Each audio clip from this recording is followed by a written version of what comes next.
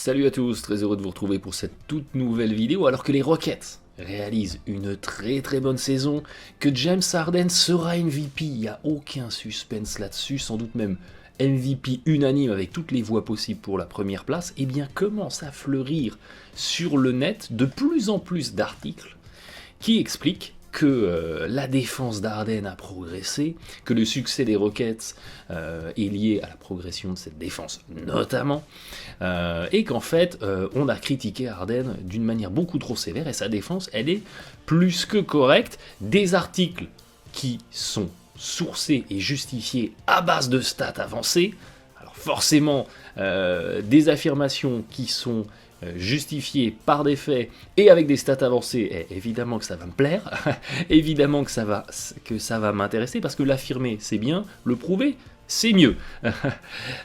Sauf que si vous êtes un fidèle de la chaîne, d'abord je vous en remercie, et ensuite vous savez que je vous ai toujours dit attention, prudence totale avec les stats avancées individuelles de défense, parce que dans le basket on ne défend jamais tout seul. On peut attaquer tout seul, isolation, on met le panier, mais on ne peut pas défendre tout seul. C'est pas comme ça que ça se passe, c'est toujours un schéma collectif, la défense, et c'est donc très compliqué quand on a plein de joueurs qui ont été impliqués, d'aller gratifier un seul pour une bonne séquence défensive. Alors effectivement, si vous regardez les stats avancées individuelles de défense, vous voyez qu'Harden, quand il est opposé à des adversaires directs, leur pourcentage d'adresse, il est un petit peu moindre que par rapport à la moyenne NBA. On pourrait se dire, Harden, c'est un bon défenseur, il force ses adversaires directs à diminuer un petit peu leur adresse. Si on regarde le box plus-minus défensif, il est à une unité. Je vous rappelle, c'est standardisé à 0 moyenne NBA, donc à 1, vous êtes au-delà de la moyenne. Donc, Harden, les stats avancées montrent que c'est un bon défenseur. Et puis, si on va dans les play types, c'est-à-dire les catégories de composantes du basket, on se rend compte qu'il est à 81 de percentile défensif sur les isolations. Ça veut dire qu'il est meilleur dans la défense des isolations que 81% du reste de la NBA, et qu'il est à pratiquement 93% sur les percentiles en post-up. Et c'est justement ces arguments-là qui sont avancés dans les articles de ceux qui disent que la défense d'Harden a progressé. Alors je me suis dit, ok, toutes ces affirmations, je vais essayer de les vérifier en me posant la question, est-ce que James Harden est vraiment devenu un meilleur défenseur? Est-ce qu'il a progressé en défense? Sachant que, attention, ces stats-là, elles sont une information, mais elles ne présentent que de la défense handball, que de la défense sur le ballon. Or, dans le basket, vous êtes peut-être en train de défendre sur la balle dans 15 à 20% du temps. 80% du temps restant, vous êtes à l'opposé, ou vous êtes sur la première passe, en train de défendre sur quelqu'un qui est non-porteur. Et ces défenses-là, elles apparaissent jamais dans les stats avancées. Donc comment voulez-vous évaluer le niveau réel d'un défenseur, sachant que vous allez prendre que 20% de ces séquences défensives? Quid de la défense off-ball? Quid de quand vous venez pas aider? Quid de si vous avez fait une mauvaise pré-rotation, c'est pas votre joueur qui marque, mais c'est le joueur du copain que vous auriez dû aller prendre? Comment est-ce que ça apparaît dans les stats?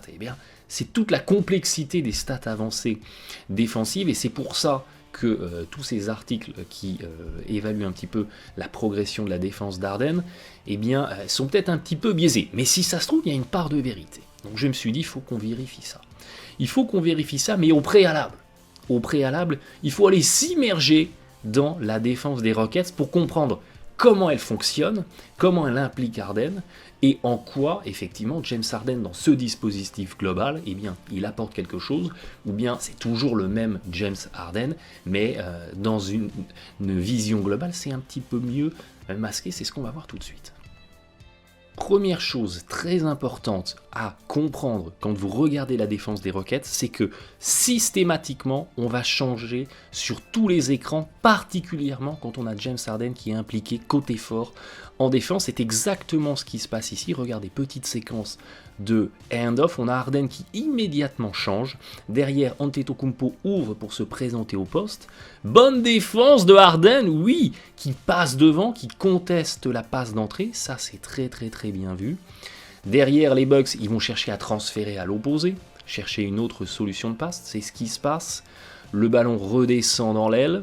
Derrière, il y a de nouveau une séquence de hand-off et à nouveau, on va changer en défense du côté des Rockets. On retransfère, drive, bonne aide de Harden. Et oui, Harden est bienvenu aider quand il fait des bonnes choses.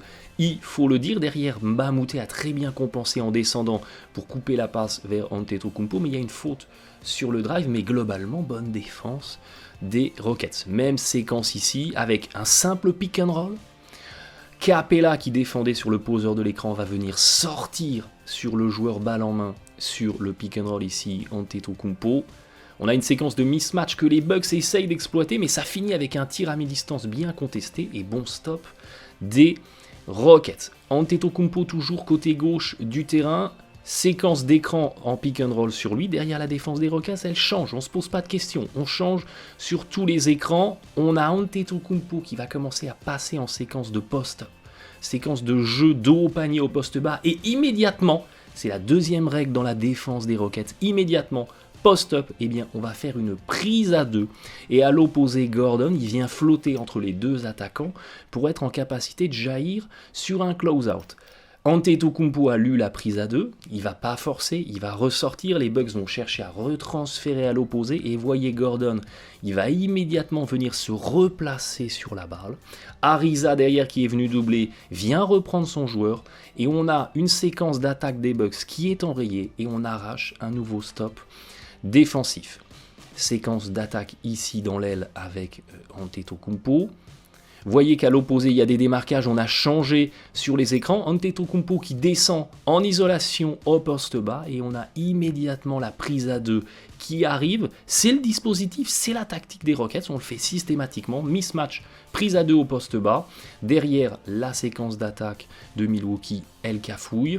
À l'opposé, on a Harden qui, comme Gordon tout à l'heure, est descendu. Il est entre les deux attaquants pour être en capacité de jaillir, mais voyez qu'il est descendu trop bas. Il est descendu trop bas, il est dans l'axe panier-panier. Résultat, Bledsoe trouve un transfert de passe à l'opposé, le close-out d'Harden est tardif, et les Rockets prennent un 3 points. Toujours ces séquences de main à main, de hand-off, on change sur tous les écrans. Ici, l'écran n'est pas clairement marqué, donc on a les deux défenseurs des Rockets qui sont focalisés sur la balle. Ici, Harden se met hors de position en sautant dans la feinte. Bledsoe le déborde facilement en drivant vers le cercle. Mais très bonne intervention de Capela qui vient bien aider et qui contre Eric Bledsoe. Et c'est toute la limite des stats avancées qui vont individuellement évaluer cette séquence. Ici, on a un Harden qui défendait en isolation. Une isolation qui a fini par un panier manqué. Donc est-ce qu'on doit récompenser Harden sur la bonne défense? Mais c'est Capela qui est intervenu pour empêcher le panier. Sauf que Capela, il défendait pas sur une isolation, il était en aide. Donc est-ce que c'est lui qu'on doit récompenser? Et voyez que dans ces séquences collectives, eh bien c'est très compliqué d'aller récompenser défensivement un seul joueur. Nouvelle séquence ici d'isolation. Antetokounmpo essaye d'exploiter son avantage de taille, il lance une séquence d'isolation au poste bas, la prise à deux arrive tout de suite, on cherche à transférer à l'opposé et une nouvelle fois un stop défensif des Rockets. Ballon dans le corner, séquence de pick and roll, on change sur l'écran, on change sur tous les écrans, c'est la consigne Rockets. À l'opposé, on enchaîne, on va retrouver Antetokounmpo, post-up face à Harden, la prise à deux arrive, on va chercher le transfert à l'opposé. Immédiatement, on retrouve quelqu'un dans le corner, bon drive et séquence de alley-oop. La multiplicité des passes arrive à battre cette prise à deux pour peu qu'il y ait du collectif derrière. Nouvelle séquence de pick and roll, on change sur l'écran, Harden face à Antetokounmpo, séquence d'isolation qui commence en post-up, la prise à deux arrive, Antetokounmpo qui va chercher à transférer à l'opposé, le replacement n'est pas mauvais, mais regardez Harden, il n'enchaîne pas défensivement dans la continuité, alors que Ariza va jaillir sur la balle. Harden aurait dû monter pour se mettre en contestation de la première passe, il ne le fait pas, il reste en flottement alors qu'il est côté fort, résultat, il est en retard sur le close-out et les Rockets prennent à 3 points, c'est beaucoup plus explicite ici. Voyez la prise à deux, les Bucks, ils transfèrent à l'opposé et Harden, il s'arrête dans la raquette, au lieu de continuer défensivement la pré-rotation, résultat, il est en retard sur le close-out et 3 points encaissés. Séquence ici de fin de pick and roll, regardez Valanciunas, il vient poser un pin down, on a changé sur l'écran. Capella se retrouve sur DeRozan, Ariza se retrouve sur Valanciunas. Les Raptors vont tenter d'exploiter le mismatch. La prise à 2 arrive, mais joli drop step de Valanciunas qui arrive à marquer. Même séquence ici, des écrans sans ballon. On change sur tous les écrans. Derrière, il y a un très joli replacement. On va chercher à servir Valanciunas qui se retrouve face à Tucker. Et très bon travail défensif de Tucker qui arrive à repousser le pivot lituanien, obligé de prendre un tir très très compliqué. Très bonne défense des Rockets. Toujours ces séquences d'écran sans ballon. Les Rockets qui changent sur les écrans. C'est ce qui se passe ici. Harden se retrouve face à Valanciunas. Valanciunas qui essaye d'exploiter son avantage de taille. La prise à 2 arrive, il est obligé de transférer. Et bon close-out de Tucker qui force le tir manqué. On l'a vu, du côté des Rockets, il y a une défense collective qui est vraiment intelligente, qui est pertinente et qui est au point. Mais Harden reste toujours le même Harden. Pas discipliné, pas investi. La preuve en image sur cette séquence, interception des Bucks. Regardez Harden, il est en haut à droite de l'écran. Il a 2 mètres d'avance dans le repli défensif sur Eric Bledsoe. Il va replier en trottinant. Même pas un petit coup de sprint. Résultat, en 1 seconde, Eric Bledsoe lui a mis 2 mètres dans la vue. Harden n'accélère toujours pas. Bledsoe, il a une autoroute pour aller au bout en lay-up dans la contre-attaque. Et miraculeusement, un Rockets arrive à dévier la passe et à limiter la casse sur cette séquence. Ici, séquence un petit peu folle. Interception, à nouveau interception. Et regardez Harden. Il arrête de défendre, il ne cherche pas à venir se replacer en intensité sur cette séquence. Résultat, les Bucks se retrouvent à 4 contre 3. On va transférer dans le corner et marquer à 3 points. Séquence ici avec une balle qui descend dans l'aile. On a changé sur les écrans. Vous voyez qu'on est pratiquement en zone parce qu'on n'accompagne pas le joueur qui croise. On se l'échange défensivement. Regardez Harden, il perd son joueur du regard. Résultat, sur la passe de retour, il est en retard, il saute dans la feinte et il commet la faute. Toujours le Harden pas discipliné qui saute dans les feintes. Regardez ici la séquence. Harden qui vient aider sur la première passe, ça ne sert à rien. Il faut jamais le faire. Résultat, son joueur est tout seul à 3 points. Petite feinte de l'attaquant des Bucks. Harden décolle dans la feinte. Résultat, il est complètement hors de position et il laisse un lay-up tout cuit à l'attaque des Bucks. Ici, petite séquence en hand-off sur le côté gauche. Regardez Harden, il flotte encore beaucoup trop alors qu'il est sur la première passe. Il aurait dû remonter et être en capacité de tout de suite venir fermer sur Terry. Même chose que tout à l'heure, une simple petite feinte qui fait s'envoler Harden et derrière il commet la faute en retombant. Pas de discipline, pas de rigueur et des fautes stupides sur des toutes petites feintes. Ici, séquence de pick and roll, on change sur l'écran. Ça se transforme en hand-off, on change sur le hand-off. C'est toujours cette stratégie Rockets, on change sur tous les écrans. Et regardez les gambles sur la première passe avec Harden qui tente une espèce d'interception qui marche 1 fois sur 100. Et le problème d'aider comme ça sur la première passe comme ici, c'est qu'on se met complètement hors de position et s'il y a une passe de transfert dans le coin, vous laissez Tony Snell complètement ouvert, un joueur qui a 41% de réussite à 3 points dans le corner gauche et vous tirez une balle dans le pied. Harden ici en défense sur le porteur de balle, ça change sur tous les écrans, c'est pratiquement cette séquence de zone, comme je vous le disais, et on a toujours cette aide d'Harden qui n'a pas lieu d'être, qui vient sur la première passe en interception. Alors vous allez me dire c'est un aider reprendre, mais non, c'est pas un aider reprendre, vu comment ses appuis sont élargis, il serait absolument pas en capacité de venir reprendre son joueur s'il y avait une passe de transfert, et comme ici Harden il va se mettre complètement hors de position en cherchant l'interception sur la première passe. Si Tony Snell s'était présenté à 45 degrés à 3 points et avait récupéré la passe, il avait un tir à 3 points complètement ouvert. Et puis que serait Harden sans les fameuses Matador Defense, les séquences cultes où Harden, eh bien, il abandonne complètement les séquences défensives. Regardez ici, simple petit mouvement d'hésitation de Kyle Lowry alors que Harden est 2 mètres devant eh bien, ce simple mouvement d'hésitation met complètement Harden aux fraises en défense. Même séquence ici, Harden il a 2 mètres d'avance défensivement, il bloque ses appuis sur un repli, ce qui est une aberration. Résultat, un simple changement de rythme de l'attaquant des Raptors et Harden, il est complètement KO. Même séquence ici, Harden, séquence de transition, il fige ses appuis bétonnés complètement dans le parquet. Résultat, simple petit mouvement d'hésitation, Harden il est complètement dépassé et les Rockets prennent un alley-oop. Harden qui accompagne un attaquant en transition. Regardez la séquence, l'attaquant des Bucks, il a une autoroute pour aller vers le cercle et à aucun moment Harden se dit « j'ai peut-être essayé de me mettre entre le joueur qui a la balle et le panier pour l'empêcher de driver fort vers le cercle ». Eh bien non, Harden à aucun moment il le fait, il se contente de courir à côté de l'attaquant et les Rockets prennent un lay-up extrêmement facile. L'interception ici des Bucks, même chose, Harden il fiche complètement ses appuis et avec un très joli reverse, eh bien Antetokounmpo il efface complètement Harden et il va au bout avec le lay-up. Alors vous venez de le voir, James Harden reste toujours James Harden, il a plein d'autres qualités, des incroyables qualités de scoreur, de joueur de 1 contre 1, de finisseur.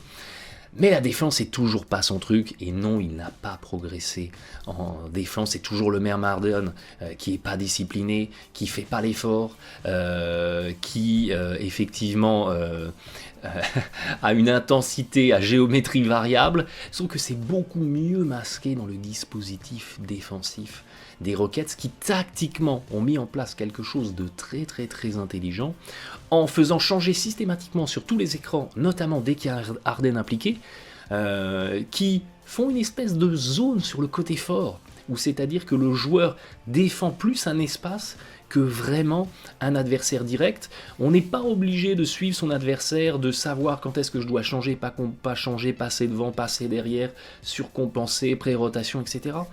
On est dans quelque chose de beaucoup plus basique, donc qui est beaucoup plus facile à assimiler pour les joueurs qui ont un petit peu de mal au niveau du QI basket défensif collectif. Et puis au-delà de ça, Chris Paul, Ariza, Tucker, Mbamute, Capella et d'autres joueurs qui effectivement ont plus de mobilité latérale, ont plus de QI basket défensif, eh bien ils compensent très très bien la faiblesse défensive de James Harden. C'est ce qu'on a vu dans les extraits. Donc les Rockets, ils ont été très très très intelligents sur ce dispositif, d'autant plus que depuis que Ryan Anderson n'est plus dans le 5 majeur, eh bien les Rockets sont passés à la 7e défense, parce qu'ils ont gagné encore en réactivité, en mobilité latérale, en rapidité de déplacement sur les close-outs, sur les replacements, sur les prises à 2, et ça a augmenté leur niveau défensif, et ça a donc encore masqué davantage les petites lacunes de défense de James Harden, mobilité, réactivité, QI, défensif collectif en plus, parce qu'on a Tucker, parce qu'on a Ariza, parce qu'on a Capella, parce qu'on a Chris Paul. Les 4 sont des très bons défenseurs qui, on l'a vu dans les extraits, lisent très très bien ce que fait l'adversaire direct, quand est-ce que je dois venir doubler, quand est-ce que je dois me replacer, et tout ça se paye et ça se traduit par des stops défensifs. La stat ultime pour moi, c'est que dans l'ensemble de la NBA, parmi tous les joueurs qui ont joué au moins 20 matchs cette saison, la vitesse globale d'Harden dans les séquences défensives est la deuxième plus faible de la NBA, juste devant Dirk Nowitzki et devant des intérieurs et devant Carmelo Anthony. Ça en dit long sur l'implication de James Harden en défense, parce que quand vous vous déplacez défensivement quasiment à la même vitesse que Dirk Nowitzki, qui arrive vraiment en fin de carrière et qui n'a jamais été réputé pour aller très rapidement se déplacer ou replier en défense, quand vous êtes comparé à Nowitzki dans votre mobilité défensive, vous savez que non, vous n'êtes pas devenu un meilleur défenseur. C'est juste que effectivement c'est mieux masqué, et dans un dispositif global où il y a beaucoup de bons défenseurs, ça passe. Il est beaucoup moins exposé. Et d'ailleurs, ça se matérialise très bien sur les séquences où il doit défendre un joueur au poste bas, où il doit défendre un joueur en isolation. Globalement, Harden, il fait pas trop du mauvais boulot dès lors que le joueur il n'est pas en séquence de transition, parce qu'on l'a vu sur les défenses de la transition, c'est vraiment pas terrible, mais la plupart des défenseurs qui sont relativement moyens, voire médiocres, sont pas trop mauvais sur la défense du vis-à-vis direct, parce qu'on est quand même en train de parler des super athlètes de la NBA, donc ils ont un minimum quand même de qualité physique pour se déplacer. Et Harden, attention, il fait 100 kg. Harden, 1m96, 100 kg, donc c'est quand même un mini-tank. Donc effectivement, quand il y a un joueur, un intérieur qui prend la position face à lui, bah, il est en capacité de résister un petit peu. Résister suffisamment longtemps pour que la prise à deux arrive et oblige l'adversaire soit à prendre un tir compliqué sur deux défenseurs, soit à lâcher la balle. Et c'est pareil sur les isolations. On l'a vu, Harden, il arrive un petit peu à tenir le vis-à-vis direct, et puis quand il fait pas trop l'effort, qu'il est débordé, eh bien il y a un Rockets qui vient aider. Et on limite comme ça l'efficacité de l'adversaire sur ces séquences-là. Donc attention toujours aux stats avancées individuelles qui sont très souvent en trompe-l'œil dès lors qu'on parle de stats avancées de défense individuelle. Maintenant les Rockets, ils ont tactiquement réussi quelque chose de très très très impressionnant en considérant que voilà, James Harden il ne deviendra jamais un grand défenseur. Comment on peut faire pour diminuer son impact négatif sur nos séquences défensives? Eh bien c'est exactement via le dispositif qui a été mis là en place, via des recrutements autour de Harden qui ont été extrêmement pertinents. Maintenant attention à l'exploitation de ces grosses failles quand viendra l'heure des playoffs. Principale grosse faille de Harden, eh bien, c'est la défense sur la transition, c'est ses aides sur les premières passes, et c'est effectivement les séquences de prise à deux, parce qu'on change sur tous les écrans, les séquences de prise à deux, où on va doubler sur le joueur au poste. Là on est en saison régulière, il y a trop de matchs, ça s'enchaîne trop vite, les équipes elles n'ont pas le temps de s'ajuster, de se préparer à l'adversaire direct. Qu'on va venir lors des playoffs. Dans toutes les équipes d'NBA, il y a des analyses vidéo. Ils vont montrer exactement ce que je vous ai montré au coaching staff de l'équipe. Le coaching staff va en déduire que, ok, si je lance un mec en drive sur le côté où il y a James Harden sur la première passe, il va venir aider dessus, systématiquement j'aurai un joueur tout seul. Et vous voyez que ça va être exploité. De même, eh bien, on va essayer d'envoyer Harden en défense au poste, sachant qu'à l'opposé, on va avoir un joueur tout seul. Parce que les Rockets vont doubler.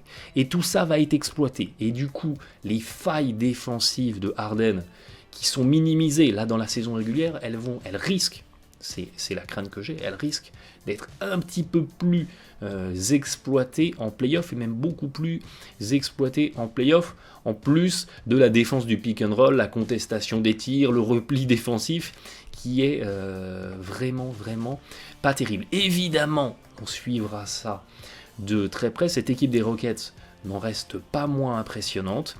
Ça peut être l'année de Houston. En tout cas, toute autre chose qu'une finale de conférence serait une énorme déception pour cette équipe des Rockets. On suivra bien entendu ça de très très près. Bon match à tous.